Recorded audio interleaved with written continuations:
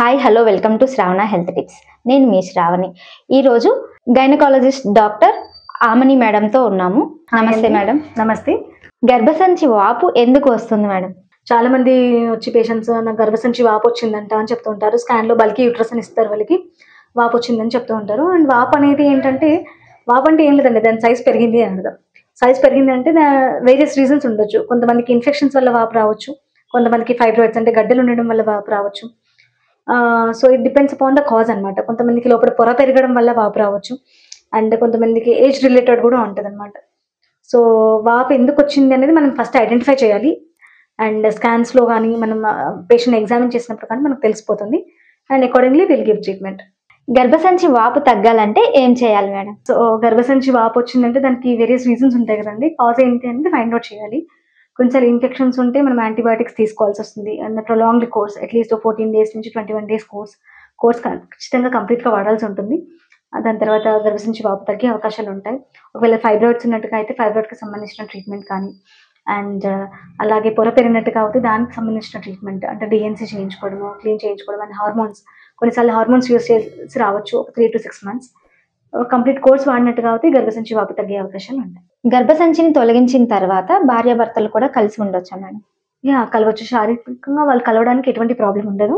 ఎందుకంటే గర్భసంచి తీసినప్పుడు ఓన్లీ పై భాగం ఆఫ్ గర్భసంచి తీసేస్తాం, కింద ఏదైతే వెజైనా ఉందో అది అలాగే ఉంటుంది. సో దాని యొక్క లెంత్ కూడా మనం మెయింటైన్ చేస్తాం అన్నమాట తీసేటప్పుడు.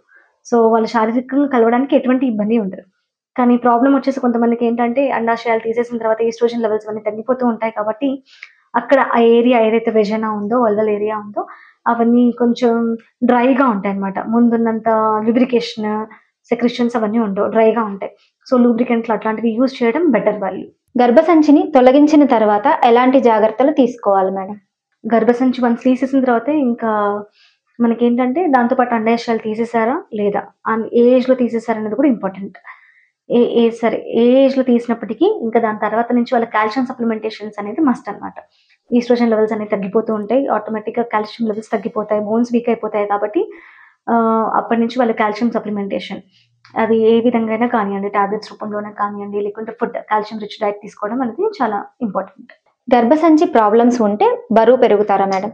సో చాలా మందికి మిత్ ఉంటుంది గర్భసంచి ప్రాబ్లం వల్ల బరువు పెరుగుతారని. నిజానికైతే బరువు పెరగడం వల్ల గర్భసంచి ప్రాబ్లమ్స్ వస్తూ ఉంటాయి. ఒబేస్ ఉమెన్కి చాలా వరకు చూసినట్టుగా అయితే గర్భసంచి ప్రాబ్లమ్స్ ఎక్కువ రావడం జరుగుతూ ఉంటుంది. పీసీఓడి కానీ, లేదా గర్భసంచిలో గడ్డలు కానీ రావడం, అండ్ ఇన్ఫెక్షన్స్ కూడా ఒబేస్ ఉమెన్లో ఎక్కువగా ఉంటాయి.